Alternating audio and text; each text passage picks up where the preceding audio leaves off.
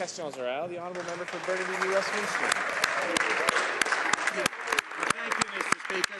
Conservatives promised to create jobs, and instead they've slashed the vital services that Canadian families rely on. Services such as old age security and health care. Now, they promised jobs and growth, but instead what they've delivered is reckless cuts.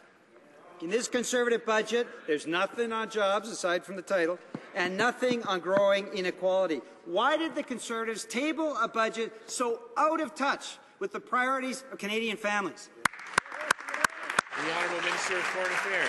You know, Mr. Speaker, we tabled a fair and balanced budget yesterday, a budget focused on jobs, on economic growth, and on the long-term prosperity of Canada. We're excited about this initiative. It's all about how can we build up the private sector, create more jobs, so there's more hope and more opportunity. Mr. Speaker, what we need is the NDP to finally agree to support plans and proposals that will actually create jobs in this country. Let's challenge the NDP to join us in building a better Canada. Member for Burnaby New Westminster.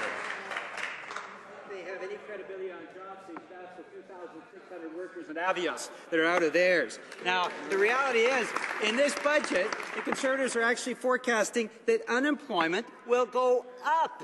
Everybody can see this budget for what it is. It's penny wise and it's pound foolish. Conservatives are cutting jobs and cutting services to Canadians, and they're ignoring growing inequality. So how can they fail so badly to create jobs for Canadians that even their own numbers project that unemployment will grow in Canada this year? The Honourable Minister of Foreign Affairs. Mr. Speaker, let's look at the facts. Since the bottom of the recession, we've seen the Canadian economy create 610,000 net new jobs. And since this Prime Minister came to office, we've seen, in 2006, we've seen more than 1.1 million net new jobs created in this country. This economic action plan is working. It's creating more hope and more opportunity. Just this week, we got more good news. 400 well-paying manufacturing jobs in Toyota. Will the member opposite stand up and join those of us on the government side and congratulate those 400 new people who are getting a job in the manufacturing sector in Toyota? Honourable member for Burnaby New Westminster. Est-ce que se lever en solidarité avec les 2600 travailleurs d'Avios et les centaines de travailleurs au mine Brunswick qui ont perdu leurs emplois? Ce gouvernement rend la vie des familles canadiennes plus difficile qu'il est déjà. Au lieu d'aider les familles en protégeant les services publics et les pensions, il leur donne en cadeau un beau budget d'austérité. Il coupe dans les services publics et brise sa promesse pour la sécurité de vieillesse, et élimine 19 000 postes au total de 40 000 emplois avec l'effet multiplicateur. Pourquoi ce gouvernement impose aux Canadiens son idéologie au lieu de penser... L'honorable ministre des Affaires étrangères. Monsieur le Président, la priorité pour ce gouvernement, les priorités de cette Premier ministre, c'est la croissance économique. C'est la création des emplois dans chaque partie du Canada. Ça, c'est la raison, il y a toutes les mesures pour assister la création des emplois. On a vu pendant les dernières 2 ans, Monsieur le Président, la création de plus de 600 000 nouveaux emplois au Canada. Et cette semaine, Monsieur le Président, on a entendu 400 nouveaux emplois de Toyota ici en Ontario. Ça, c'est les bons progrès pour le Canada, et ça, c'est la raison qu'on continuera de travailler très fort pour la croissance économique et même plus de nouveaux emplois au Canada. Non seulement le budget des conservateurs aura des conséquences sur le bien-être de tous les citoyens, mais il affaiblira la sécurité de nos vols.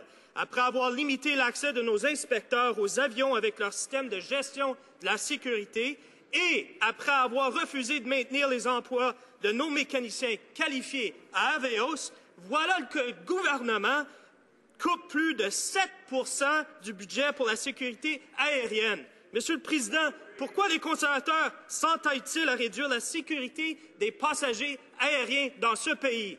Bravo, monsieur.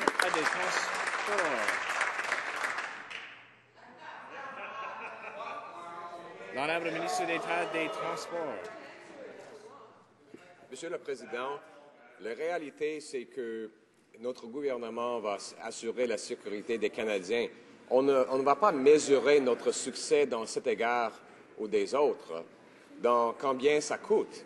On va livrer la marchandise d'une façon efficace sans augmenter les coûts. Mais les néo-démocrates ont annoncé hier vouloir mettre en place un plan de sauvetage pour une entreprise, Avios, qui a gaspillé $1 milliard, est en faillite maintenant et qui me refuse de se défendre devant un comité parlementaire. Nous n'allons jamais faire ça, Monsieur le Président. L'honorable député de Pontiac.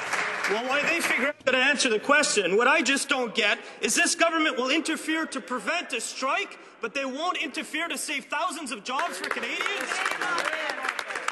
The combination of all these cuts could create a perfect storm. After moving our inspectors out of airplanes and into offices and cutting 7% of the aviation safety budget, the Conservatives are rolling the dice with the safety of Canadians. They won't even apply the law to make sure Air Canada keeps its skilled maintenance workers at Avios. How can the minister justify reducing measures that ensure the safety of Canadians? The Honourable Minister of State for Transport.